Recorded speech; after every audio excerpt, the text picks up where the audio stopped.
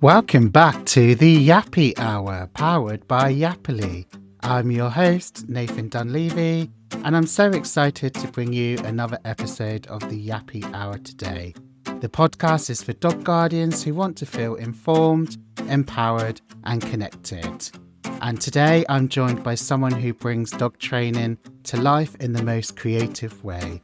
She's a trainer, an illustrator, and a passionate advocate for consent-based positive reinforcement methods. It's the brilliant Georgie Bleza from Trick Woofs. We'll be chatting all about how visual education can make learning easier for both people and pups, what consent-based training really looks like, and how illustrations can break down complex behaviour concepts into something fun, digestible, and beautifully simple. So grab a cup of tea, settle in, and let's get started. Welcome back to the Yappy Hour, powered by Yappily. I'm your host, Nathan Dunleavy, and I'm so excited to bring you another episode of the Yappy Hour today. Joining me is my guest, Georgie Bleza from Trick Woofs. Welcome to the Yappy Hour, Georgie. How are you doing? Thank you so much. Thank you so much for having me. I'm doing really well. It's lovely, lovely and warm today. So let's start, Georgie, with a little intro about you, if we may. Tell us about you, your dogs, if you've got any, and what inspired you to start Trick Woofs.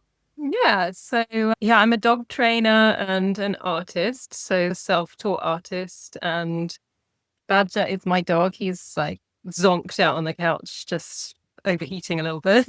Well, he likes the heat, but he's definitely spread eagles more in the heat.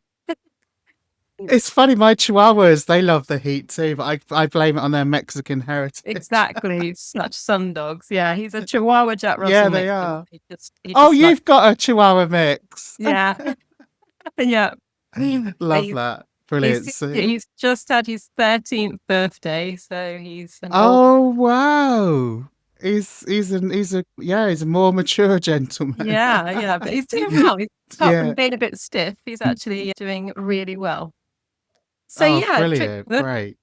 Was inspired by a little bit by frustration sometimes, because there's a lot of stuff in the dog training world that it frustrates you as a trainer, and I guess that because I liked to draw anyway, and I liked to put my thought down in art, that they merged together, and that's how it was born, really. I think that leads us nicely on to our next question, actually. So you combine art and dog training. So which came first, and how did it all come together?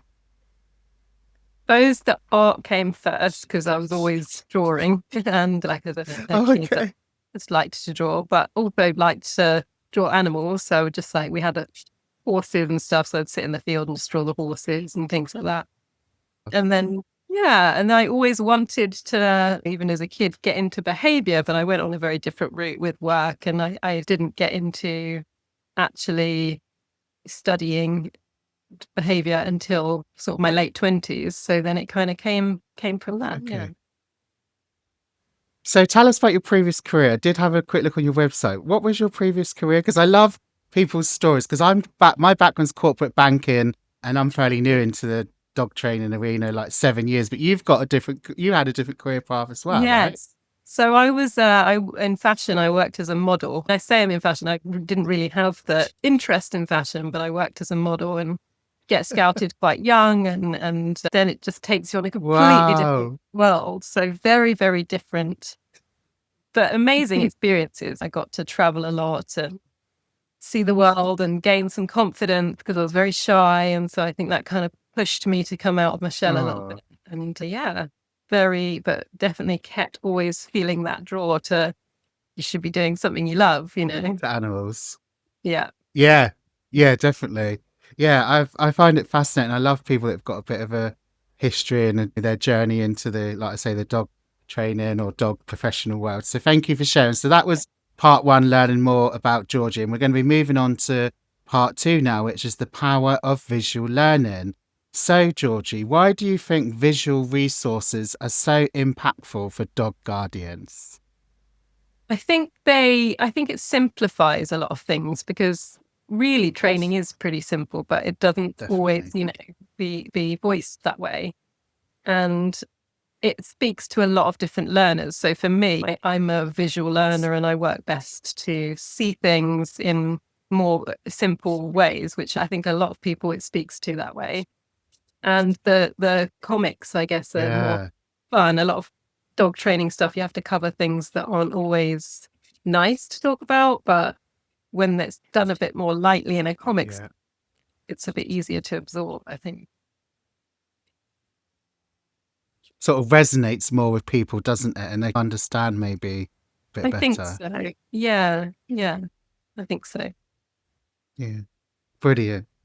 Okay, so what are some examples of how your illustrations have helped people, in inverted commas, get it when text or verbal explanations didn't? Yeah.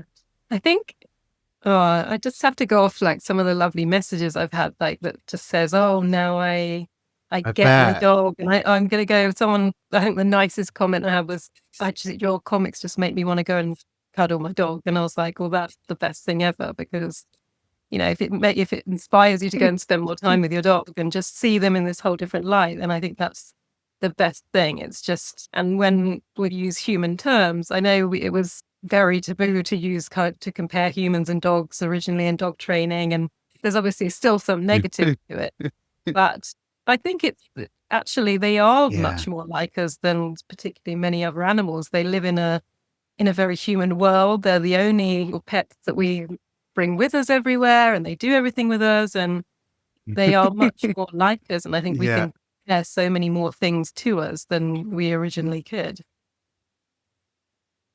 Yes, definitely. I love that. Did you create, or do you create your graphics based on any common misconceptions, or is it questions that you see in the training world? How do they all come about?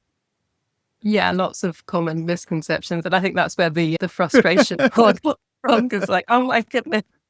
And and I think that's like I saw a video pop up on my feed the other day, and it just made me so angry. I was like, I need to get this down on something. So I think I do it because it helps me, and then I think obviously you then realize this is the frustrations that other trainers are having too, or other dog guardians that know what they're doing, and they go, that's what I've been trying to say, that kind of thing. So it resonates with people, but definitely I get inspired by questions that come up a lot from clients, and the common stuff that comes up that people often misunderstand. Yeah.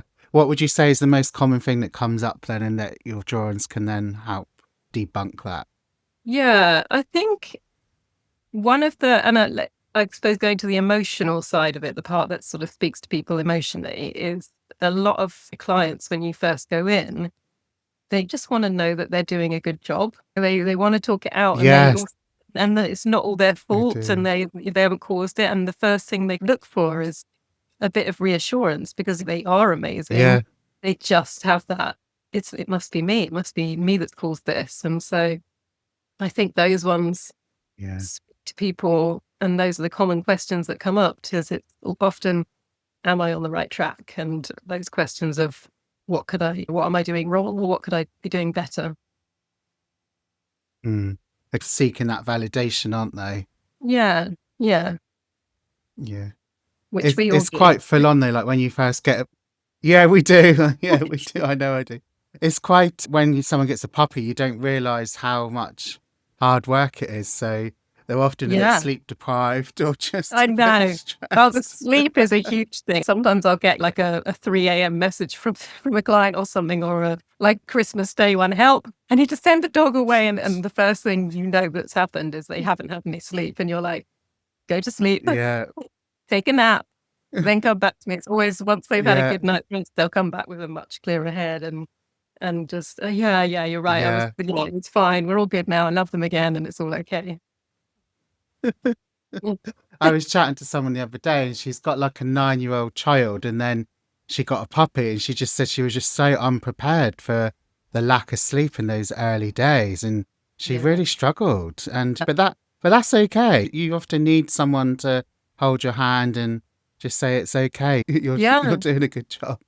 exactly. And that's what Yeah. people don't realize is it is like having a child. You've got to, you don't not as prepared for the lack of sleep. When you have a baby, everyone's like, yeah, you could say goodbye to sleep and all this. With the puppy, it's just, I'm getting a puppy, and you have no idea what's about to hit you. And they can be just Yeah. work. It's full on because like I've got 7 dogs. I'm the crazy dog Wow. man, and I've had them all from puppies. But even Yeah. having a bit of a gap, you don't realise how hard work it is. I don't know if I'd have a puppy again. I know. Because you forget, and then it's like this big shock to the system. Yeah. I mean, there is something to be said. That's why I say people that don't want to work, it's like, well, there is something amazing about going, and you've got puppies are great. So it's nice to raise them. It's nice to know that you're putting all the basics in, and it's obviously a lovely journey, but there's also something to be said about getting a rescue dog that's older, and you know what you're getting as well. Because with a puppy, you never know really personality wise what's going to come out. Whereas if you want, that bomb-proof dog, you can go and find it in there, and they're done pretty much. They're grown, they're adult, you know what you're getting in that situation. Of course, things can change, but you've got an idea, a better idea. Definitely. So is it just the one dog you got? You've not got loads like me? I've just got one. So I worked in rescue for a long time, and I fostered quite a lot, and we didn't have the same taste. Okay. So was he a failed foster or not? Because that happens a lot, doesn't it? No, he wasn't failed. I got him at 3 months, and then worked in rescue later. And we had some lovely ones, but every dog I was like, oh, I think I could take this one. He was a bit like, oh, no, I don't want this one. And whichever ones he got on with, I was thinking, yeah, they're not the perfect match for me. So yeah, he did very well putting up with all of them, and some of them were pretty challenging behaviour cases. So he's now retired from that. Yeah. just that. Brilliant. Right, yeah. All right, brilliant. Thank you so much. So let's move on to part 3, which is all about consent-based training and what it really means. So we're seeing this word consent a lot now in the dog training world. It's become a bit of a buzzword, but can you talk us through what consent-based training means to you, please, Georgie? Yeah. So they don't have a lot of consent in their lives, dogs, and that's not on us. We have to keep them safe. We have to put them on lead. We have to do the right thing, and we can't always chat to them. But for me, consent is opening up a conversation and starting to have a chat. I can't say, hey, how's this going? But we can with our hands, and we can touch them, and we can take our hands away, and we can ask, are you happy with this? And that's the most beautiful thing you can do with a dog, because you see these really lovely little behaviors that say, yeah, keep going. It might be a nose nudge or a paw or I'm going to lean into you. I had this lovely client that was really strangery, and met her. She made friends really quickly, but I was stood that, and she's like, yeah, come on. And she was really enthusiastic with it. And I was like, how nice to have such a clear conversation to say, yes, please keep going, keep those hands on, and give me nice neck scratches. And it can be built into so much. I think there's also obviously consent handling, and I use that a lot, and I teach that a lot. And I think it's great to give our dogs an actual start button when we're using a procedure. So that might look like a chin target, a sustained hand touch, just coming on a blanket, the bucket game where you look at the bucket, and it just gives control, so they can have full control over that procedure, like we would have at the dentist, and we can say stop if we need to, or put a hand lap. And the power of that is amazing, even for dogs that don't have handling issues. It's so nice to teach, because when they get it, when you see them click and they go, I'm controlling this situation, it's so beautiful. You sort of have that moment where the confidence kind of grows. Yeah, I love that. And I was going to say the dentist is the worst thing for us. So like we do have that agency and that choice to say, right, I've had enough. And again, that choice and agency and consent, they're all these words that we're hearing a lot of. They're kind of all similar things, aren't they? Giving the dog a choice. That's what it should all be about. Exactly. And it just gives us power to continue with stuff or get through stuff. And it doesn't have to be complex training. It doesn't have to be a full stop-start button. It can just be, you look at me and I give you space from whatever you're worried about. It's just, I'm going to go with you. If you want to go that way because you're worried, I will go with you. And it's just, if we just start opening up that little conversation, we can make our dogs just feel so much safer in a world where they are pretty controlled. Yeah, definitely. Yeah, I love that. Absolutely love that. And I was just going to say, actually, I hadn't heard consent handling before. That I like that. That's a new one for me. Really like that. Yeah. Oh, it's an amazing one. I think if anyone gets into it to teach it, it's just so powerful, and it just completely Mm, changed. I've seen dogs. I've been given sort of time limits on dogs where they need their vaccination, and they've been not even aggressive, but that real panic where you can't possibly get a vaccination in them or anything like that, and just get them in just a yeah. couple of weeks, working really closely with the vets on site, to just them sitting and having it done, and just no restraint, no touching. Obviously, you can have safety into it.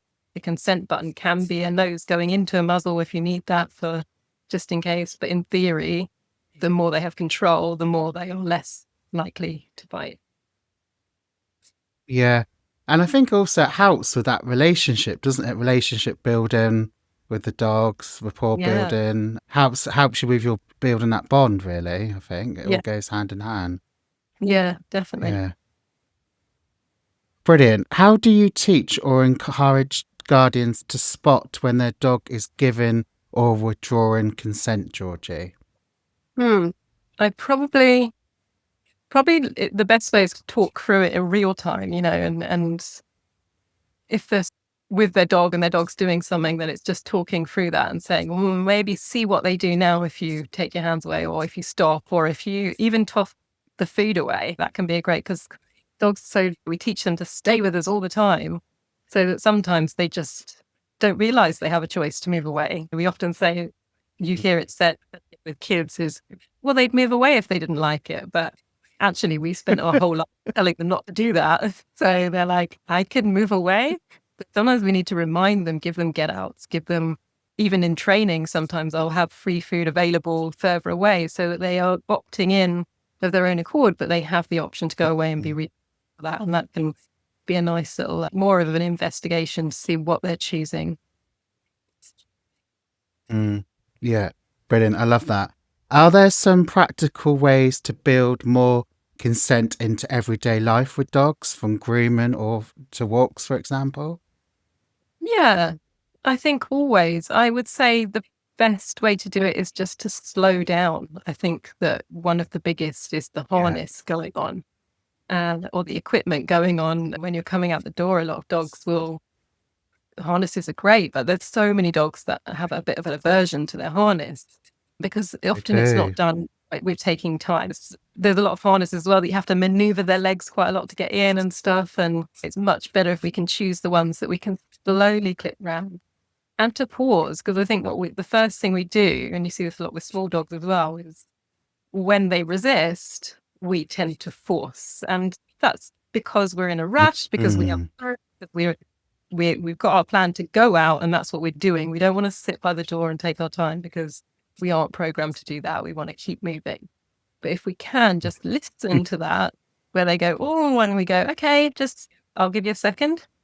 Maybe if it's really bad, we'll bring in something nice for you to help you get through it.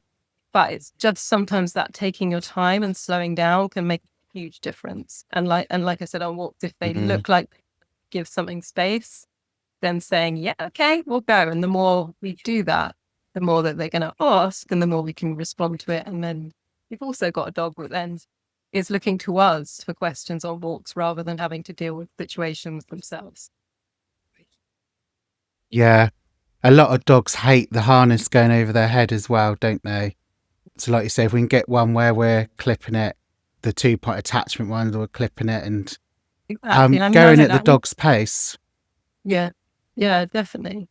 And you can sort of make a game with the head going harness, so it can be fun and build it up. And that's all part of building in a bit of mental stimulation too. Make it something useful. If you want to give your dog a little brain work, make it that they pop their head through, and that's like one of their tricks. And then suddenly the harness, the head going in becomes much, much more beneficial. Yeah. I'm seeing it a lot lately when I'm doing these talks and these interviews and that people are saying like work with a dog that's in front of you, slow down, which is a big thing because as humans we are always in a rush. We want Yeah. the quick fixes. So Yeah. slow down and listen as well. Listen Yeah. to the dog and what he or she's trying to tell you. So Exactly. important. Yeah. Yeah. Yeah. No one better than And once. yeah, yeah. And also like muzzle training as well. You can do like the cone game, can't you? So it's about building it up in sort of little Yeah. stages. Yeah, definitely. Yeah. Yeah. If Yeah. you've got a dog that's already Yeah. like, I don't want to see that thing, then you can just change it. Or a cup. Cups are quite fun. I used to use those in like puppy class. Or also go to Starbucks and have a, Same. you know. I used to say that. So in my puppy classes, I always used to introduce like muzzle training and people were like, why are we doing this? But it's so important. But I used to use the cone or I'd say you could use a Costa cup. Yeah, Yeah. have a few of those handy. I don't know if you heard of Sue Williamson, but she does all what she does is consent based grooming, and she talks Mhm. about obviously doing work at the dog's pace. Like some days the dog may not even go on the table or have any grooming done. It's just about desensitization and building that trust and getting them to feel safe as well. Yeah, that is so important, and I think there's such a need for groomers like that because there's so many times when I'll be with a dog that's worried about handling or worried about strangers, and I'll say, "What are they like at the groomers?" And often they don't know; they just drop the dog off, and they say, "We've never heard anything bad." But Mm. you think you need to know what's exactly going on in that situation, that they are okay, because I'd rather you had feedback that, oh, you know what, we couldn't do the groom today, but we did lots of nice association, or we haven't finished it, but we've built up, because it's so important that we do bring in as much choice to that as possible, obviously, unless it's a welfare issue. Yeah. I used to say again to my puppy owners when I was doing classes that obviously I know that a lot of groomers do like puppy programs, but even just taking the puppy into the grooming environment just to get them used to the noises, the smells, get the groomer to give them a treat. Same with vet clinics as well. Like go to the vet when it's not a day to go for your Yeah. nail clips or your anal glands or your vaccinations. Get the receptionist to give them some treats and just build up that positive association that it's not always bad stuff going on. Yeah, definitely. Yeah. So important. Brilliant. Okay, so let's move on to part 4, which is all about accessibility and education for everyone. So, Georgie, who do you create your content for? Is it mainly dog guardians, trainers, or both? Yeah, definitely both. I hope that I help, well, while I help my own frustration, that I help sometimes trainers as well, because they validating that, okay, yes, this is frustrating for me too. Now I can share this and feeling a bit better about maybe it reaching, even if it just reaches one person and changes their idea, then that can be great. But definitely also for dog guardians, Mm. because the spreading the education is great, but on all different levels. I think it's wonderful that you might be people that are very new to it and they're just like, oh yeah, I didn't think of it like that. Or people that are already quite advanced and again agree and say, yeah, that's what I found, or that's frustrating to me too. Yeah. But it's so important for the dog guardians to see your content. But I must admit, I didn't realize it was your content at first, but I do see a lot of your content shared until obviously I realized who you were and obviously did some research for this episode. Like, I do see a lot of your content shared from other dog professionals. So that must give you like a nice feeling. That's so nice. Yeah, definitely. It really does. Because for me, they're just like my silly little drawings from my head, and it's really nice that they resonate with people and when they get shared, and even copied. It's really frustrating when you see it copied by AI. But I'm also like, but really flattering, right? Oh, right. So AI started picking it up as it. Well, yeah, I guess there's always someone behind it creating it, but obviously it's very easy for them to recreate, and they'll copy the words and the images, and I guess it's Oh, going to happen. okay. So you have to just be like, that's nice. I'm being copied. I guess it's quite flattering, isn't it? But Yeah. as long as you're getting some credit for it as well. Yeah. Yeah. Most people do. It's actually not loads that do that. And I guess it comes with the territory. Yeah. Yeah. And like I say, it was just nice to see it appear in my feed. So yeah, really great. What's your take on making science-based training more accessible, especially for the first-time dog guardians, Georgie? Yeah, that it's a hard one. I think making it available is great. There's just so much noise out there. And I think the more noise Mm, there is, the more sort of people are losing trust in training altogether. And mm. even there's a whole marketing thing that I'm seeing at the moment as well, where trainers with the same ethics that are all science based are still putting each other down to get their stuff out there more. And I think, Right. like Yeah. these trainers say this, but this is why I wouldn't do this. And I think that's what's really starting to damage trust. And I understand that it can be a nice tactic to promote you, but the more we stick together and, Yes. reiterate the same advice, which we all agree with, there's going to be obviously tweaks to it, but we all pretty much are on the same page in our sort of ethical group, then it's going to just Yes. provide clarity. I think we need to join forces more than divide. You're so right. And I'm really big on collaboration. It's a shame that for the unsuspecting dog guardian, there is a lot of old fashioned style training still going on and aversive training. And obviously, you've got all the force free and positive reinforcement. But for the average dog guardian, they're going to be so confused, aren't they? And if we're all, then you've got all the camps arguing amongst themselves, like education's so important. Yeah, definitely. And yeah, I suppose it just needs to be out there more, that we put our stuff out there more and more so that people can find it over all the Yeah. noise. Over all the noise, yeah. That's good. Brilliant. So, have you noticed any particular graphics that are really resonating with people? Yeah, I think definitely the ones that spark the emotional side, the ones that deal with the all the things that come with Definitely. kind of a tricky dog, like reactivity. Your life doesn't look the same as other dog owners. Your walks don't look the same. The separation Yeah. anxiety, you don't leave the house the same way that people do. You do weird stuff standing outside the door and timing and I've got an SA dog, so I know all about this. yeah.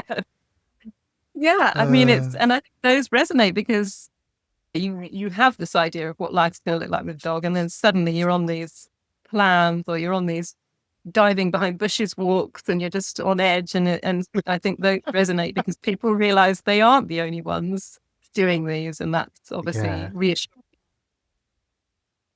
Yeah. It's nice to know, like you say, you're not the only one, you're not alone. Why do you think those specific ones really struck a chord with people? I think it's that. I think it's that it can feel really lonely and there's not loads of support out there. I think there is now becoming more and more support groups and stuff, but previously there wasn't. It was just so you didn't realize, you Mm, see what we see out in dog friendly places and all this is dogs that can cope in dog friendly places. And we don't see the other side mm, because they're all at home or they're all being built up the time alone or something like that. So I think it just gives people some idea that it's not just them working through this. There are other people out there. It's not just them that have this issue, and which can make us feel very isolated and very lonely. And these tell them that there's a whole community out there that I haven't found. Some of the comment sections of some of the posts or videos are so lovely. The chats that people have and the right. support they give each other is the nicest thing about it.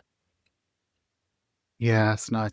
And the thing is, this word reactivity in inverted commas, like, it's such a buzzword, but unfortunately, it's what most people know what it is. But there's a lot of reasons a dog can be reactive, like sensitive, nervous, anxious. Obviously, you've got all the work that my anxious dog's doing with the yellow, sort of wearing yellow. So Yeah. that I think that's really helping to educate people a lot better as well. Yeah. Definitely. And it's really nice when you see somebody who, I think when you see someone who knows what that means, they make a huge effort, like especially in the UK where we walk across the road, the crossing really fast and say thank you 8 times over. So people, when they see the yellow, they'll be like, get their dog lead and put it on and give you a big gap. And you're like, that's so They nice. And do. it's more and more, and people are starting to realize what that means. Yeah, definitely. It's so funny. It's so important. It's all about raising awareness and education. Again, like you say, it's so nice to see that people are starting to understand it now. A bulk of what I do is dog walking. I've gone back to like my first love and first passion when I set up my business sort of 7 years ago. And like, I've got like two little dogs I walk, and one's absolutely fine when he sees other dogs, but the other one I'd say is more of a frustrated greeter. So we Yeah. start seeing dogs like walking our way, and then I'm running behind bushes or into people's gardens. So he just doesn't have a meltdown, because I don't like him to be feeling that way. The other one's like, what the hell's going on? And the people that are walking towards us thinking like, what's going on? What's this guy doing? But I don't care, Yeah. as long as little Hugo feels safe and he doesn't feel he has to get so worked up and start going barking mad. Yeah. And that's what it's all about. It's just about you two and making sure you're having a good walk and a low stress walk. Definitely. Right, part 5 is all about trick training, fun, and engagement. So let's talk Trick Woofs. What role do tricks and enrichment play in your training philosophy? Yeah, I love tricks because that was Badger's choice of things that he loved to do. Ah, I think when love you're that. with any dog, our dogs are technically captive animals. We take them in our homes, and really, even if we take them out for 1 or 2 hour walks a day, it just 1 or 2 hours in a whole day that they get to be off and do what they want to do. Yeah, And have, long time. we sometimes not even have that. So I love to find what their purpose is. So some dogs will definitely love the nose work. Some dogs will Mm, definitely agility or sort of movement games. Sometimes it's just really simple little games that you can build in. But Badger definitely chose tricks. And so that got really? trick training. Yeah, he loves them. So he's even now, because I always think, well, I could do a little bit less with him. He's 13, but even now, if I'm playing with my daughter with her sort of car set, he can come and put the car on the ramp and make it go down. He's like, somebody do tricks with me. So Oh, oh, really? it hugely helped his reactivity. So he's Oh, reactive, okay. yeah, reactive to people and reactive to dogs, particularly people that dare and come towards him. And he's very cute, so a lot of people want to do that. And it Ah, just is a real confidence booster. So he loves doing it. We want to obviously teach it with lots of clarity and not frustration, but he loves to do it.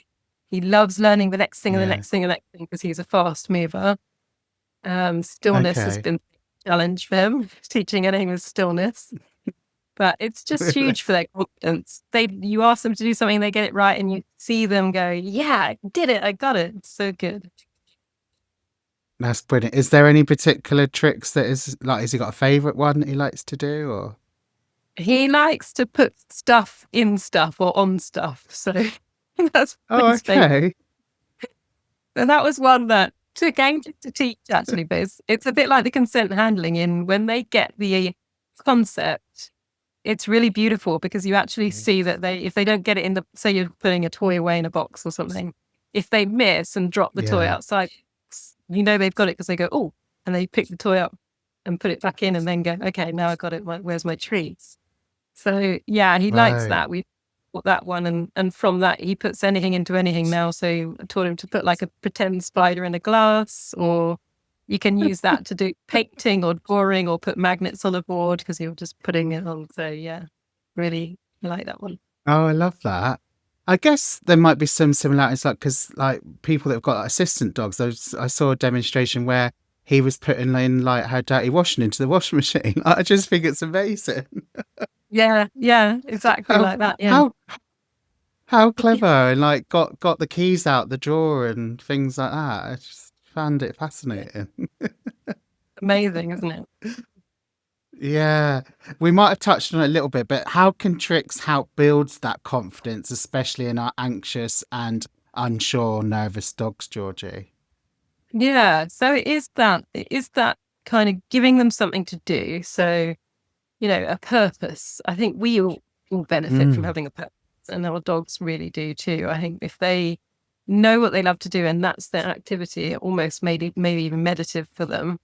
That's what I do. That's my job. That's what I like to do with my person.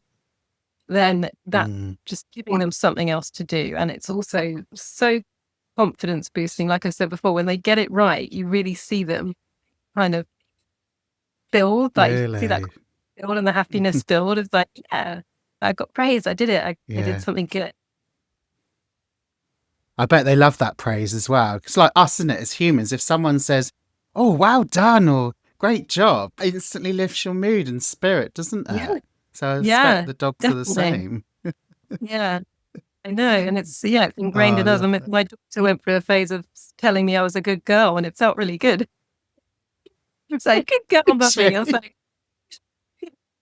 I am a good girl. was it be- was it because you were saying she was a good girl, so she's just started Yeah, reciprocating? probably. Yeah. But I'm going to Oh, take it as I was a bless. good. Does your daughter do any tricks with Badger, or is she too young? Or No, she does. She loves doing tricks with him. So she started that's doing, cute. little bits, pairing him in Richmond when she was very young and things like that. So she does a lot of trick training with him. That's amazing. Oh, I just brought in my next word about cute. So what would you say to guardians who think trick training is cute in inverted commas but not useful? Yeah, I think there is a lot of stuff that comes against trick training, or that there's a idea that maybe it's cruel or with making them into Oh, performing seals. really? But yeah, there's definitely a lot of thoughts and That's a backlash around shame. that. Yeah, it is, because I think if we're not forcing the dogs to do it, which we're not, obviously there are ways Mm, that people do, but if we're asking them to do it by mm, choice, enjoyment, then we can see, I think perhaps they haven't taught stuff to their dogs in that way, because I can really see it, that they love it. And if you find that motivation in the dog, I think it's huge. And tricks are so useful. I can think of a use for every trick. And if you're teaching a dog a hold, that's amazing with resource guarders, because the amount of times I've seen them sort of be a right. bit funny at resources and you start teaching them a hold and they're like, oh, I don't even know if I'm that into this thing anymore. That can be huge. Target training is So, wonderful. Sendaways and stuff.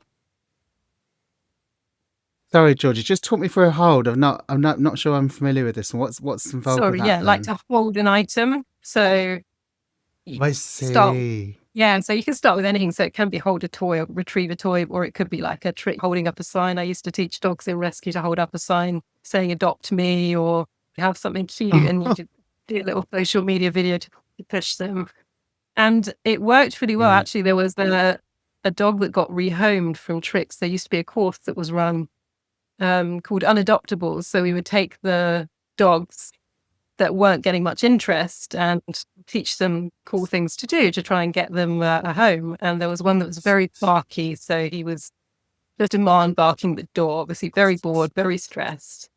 So we taught him on the cue of a person coming to his kennel, he would go off and he would either ring a bell or he would go off and hold a bunch of flowers. Those were his two tricks that he would do. And he got home Oh, because it stopped him yeah. from barking, because especially the flower one, because obviously he picked up the flowers and he had something in his mouth rather than shouting. So Wow. wasn't going to be a crazy barky dog in the home. He was just stressed. So it just showed his side that they're going to Mm. see, his romantic side. And then he would come to the So, bringing the flower. so it sounds like you're just giving him something else to do. Then obviously stop the barking because he's got something in his mouth. So you're giving him another job to do.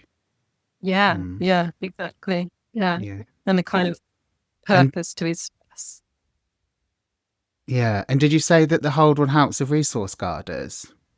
Yeah, it definitely can do. So if you've got a dog that likes to guard items, obviously you have to be careful when teaching Okay. around this, depending on the level of the resource guarding, but particularly if they're a bit low level, this can be a really nice one to teach because you're working a lot on that putting it on cue to hold it, and you're having the drop as well. So yeah, it can be a good one for resource guarding, definitely.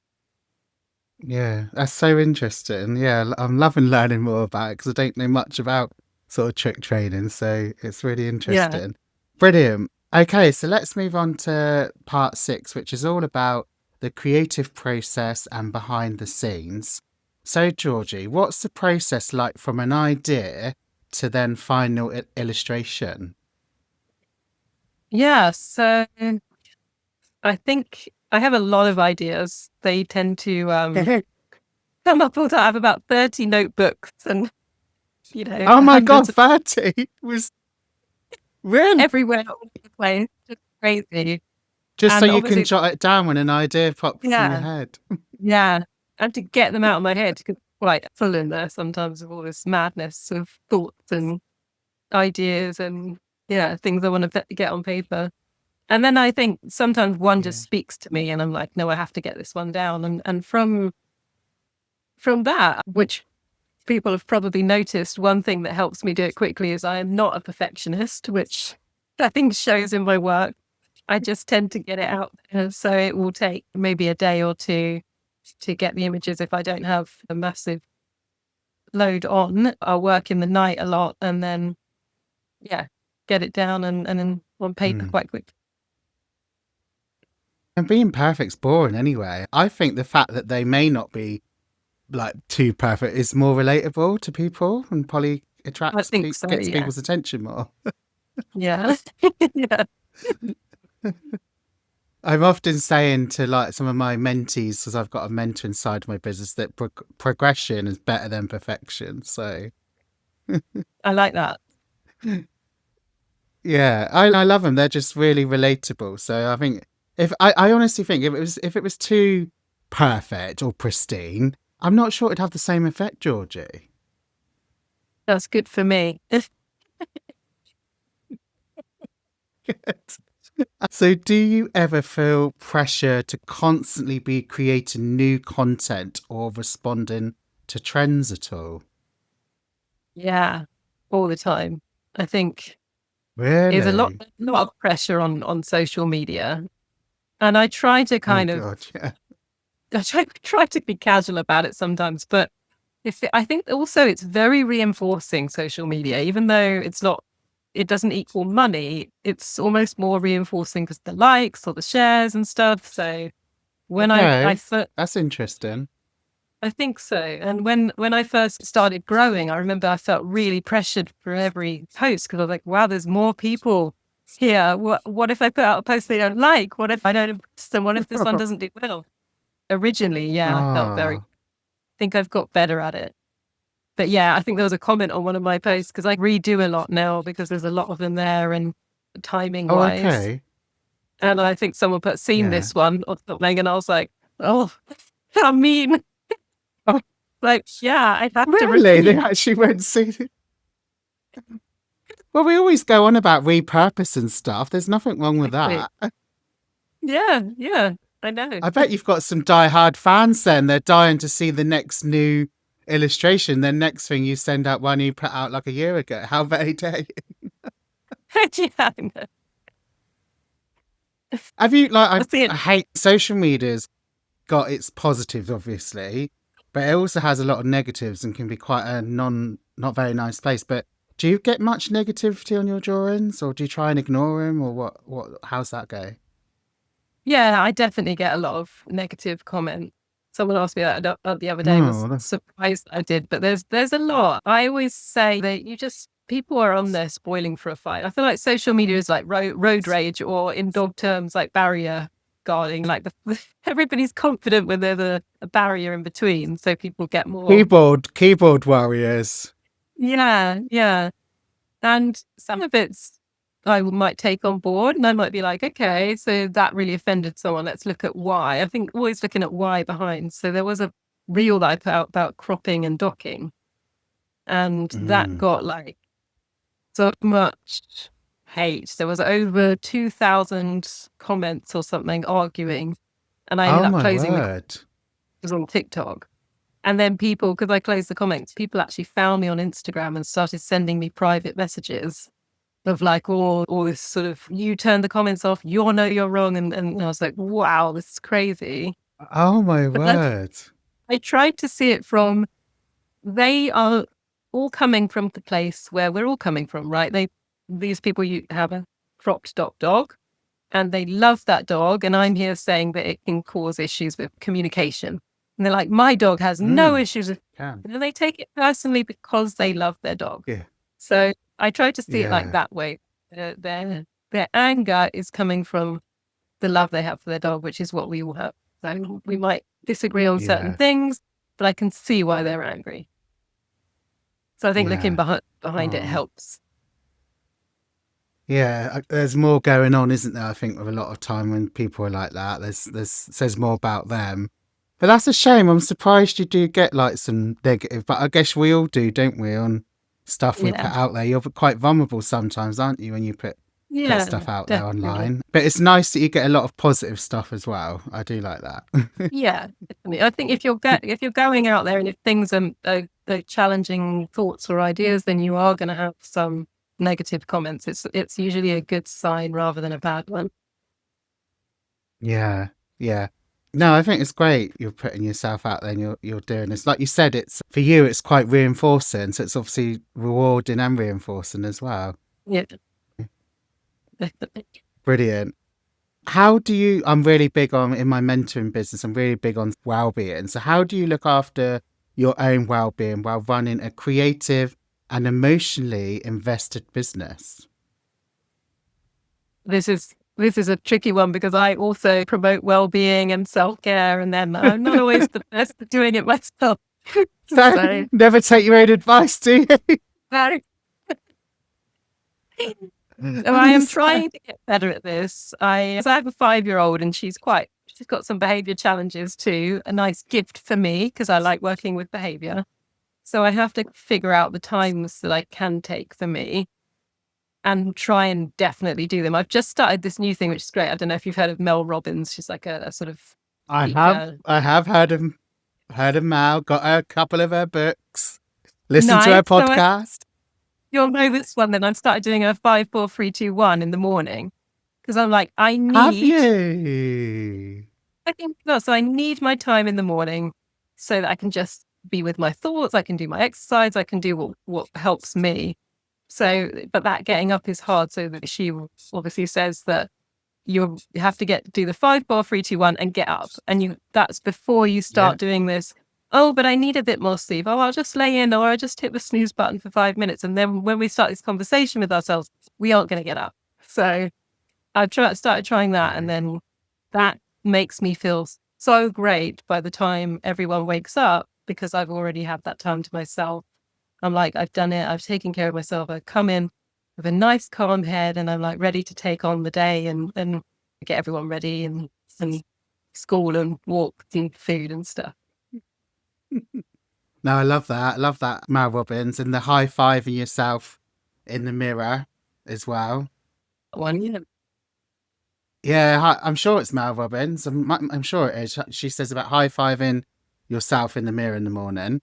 So I've Yeah. been using the 5, 4, 2, 1 thing as well because I do struggle to get up in the mornings.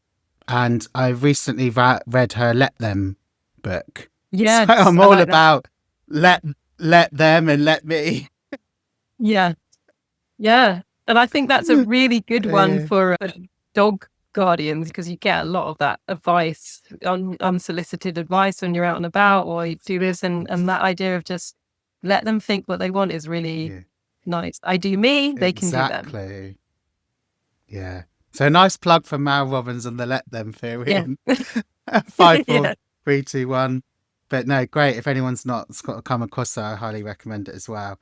Brilliant. Okay, so I'm glad that you are allowing some time for your own well-being.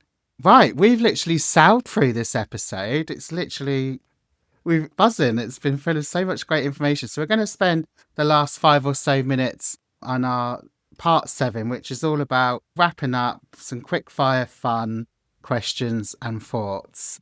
So, Georgie, a piece of training advice you wish every dog guardian knew. The power of processing time, like let your dogs process it. in every situation. That comes from our slow down thing we were talking about. But processing time is huge. If you ask them something, let's go for a sit. Let's just say sit because it's an obvious one. Just give them a second to think about it. Don't repeat it. Don't pull away. If they go off and sit. Yeah, you know what I'm talking about. This is, yeah. If they go off and they're sniffing, wait for them to come back to you rather than just give them. They will come back to you, but the more you nag, the more they're just going to start to switch off. And yeah, it can be a huge response. Just give them processing time. I love that because like you can almost poison the cue of their name. You're like Fido, or sit. You need to just give them, some thinking space. So the power to process. I love that, Georgie. Brilliant. That's a good one. What would be your favourite trick or skill to teach? Oh, I think it's always going to be a hand touch. It's just, I love a hand touch. People never, I love a hand touch. Yeah. When I teach first-time dog owners, they're like, what is this for then? But you can do everything with a hand touch. It can be a redirection. It can be a recall. The base of tricks, if you've got a hold, then you've got your retrieve to hand. Those bringing those keys to you, you need that hand touch in there. It's a great confidence booster. And the sit, if you've got like dogs that struggle with sit, I love it. Love it. Yeah. Not all dogs will like a sit there or can do a sit or do it. I think we get so bogged down as humans with the basics. Oh, I must teach my dog a sit, but give yourself a break. Give them a break. But no, hand touch is good because it also can help with those mouthy. We talked about puppies, some mouthy puppies. You just help redirect and disengage, can't it? Yeah, definitely. Yeah, love it. Yeah, love that one. What would you say is one thing you've learned from a dog or your own dog that stuck with you, Georgie? This one's too hard. There's, I think I've learned. Oh, you've learned loads. Yeah, there's too many. I think every single dog. Yeah, every single dog I have worked with has taught me something new, and it all sticks. I think that's how you grow. And I guess it's just everything I've learned. Obviously, there's the academic side, but everything I've learned has come from working with every individual dog. And there's some that, oh my goodness, have I fallen in love with them in rescue and just dreamt of every scenario of how I could bring them home and stuff. But yeah, they just always teach me so much. Everything, basically. No, do you know what? They are like our greatest teachers, aren't they? I love that. I like what you've said about like listening to them. I'm all for like with training as well, like less is more. So little bite-sized chunk training sessions. Don't rush it, just break it down. Yeah, work the dog in front of you. Listen. I love that one. Listen to them. Yeah, and I think the power of us. Yeah, the power of our emotions as well, which I know is a tough one because we often, if we feel stressed, we're like, oh, that's going to make us more stressed. I'm going to make my dog stressed, or I'm anxious. I'm going to make my dog more anxious. So not just to panic about it because we can work on it, but the power of us really does have an impact of how we're feeling. If I'm frustrated when I'm training my dog, if I get frustrated, he'll just leave. He's like, oh, I don't want to work with you if you're like this. I don't even have to do anything or say anything. He just feels it and he's out. I'm like, you're right, mate. We need a break. And just if you feel calm, like in situations where the dog is losing it, even if it's getting a bit scary at times, the more calm we can be, the quicker they're going to recover from that. Brilliant. Thank you so much. Georgie, have you got a book out I saw on your website as well?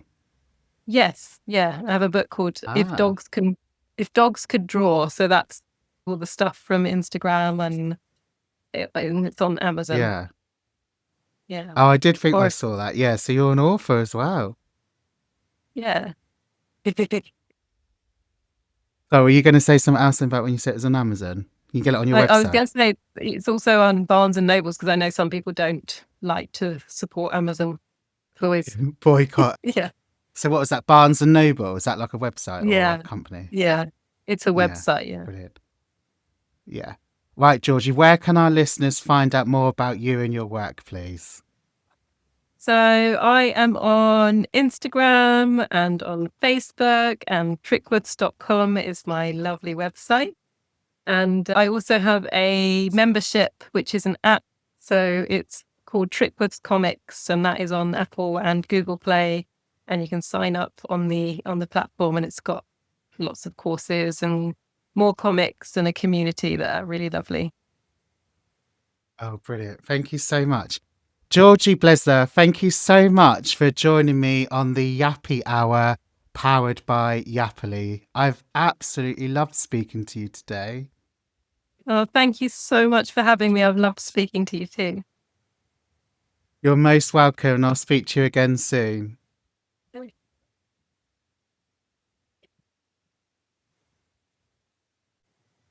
Today's episode was a vibrant reminder that dog training doesn't need to be overwhelming. Georgie Bleza showed us how pictures really can speak 1,000 words, especially when it comes to consent, confidence, and kindness in our training. We explored how accessible visuals can empower dog guardians, how trick training can transform relationships, and how understanding our dog's body language isn't just about observation, it's about connection. Whether you're a first-time puppy parent or a seasoned dog nerd, Georgie's work proves that learning can be both beautiful and behaviourally sound. Don't forget to check out Trick Woofs on social media and maybe try drawing your own version of your dog's favourite cue. If you loved today's episode, please consider leaving a review, subscribe so you never miss an episode of the Yappy Hour, or do share with a fellow dog parent or guardian. This has been the Yappy Hour, powered by Yappily. And I'll see you next time.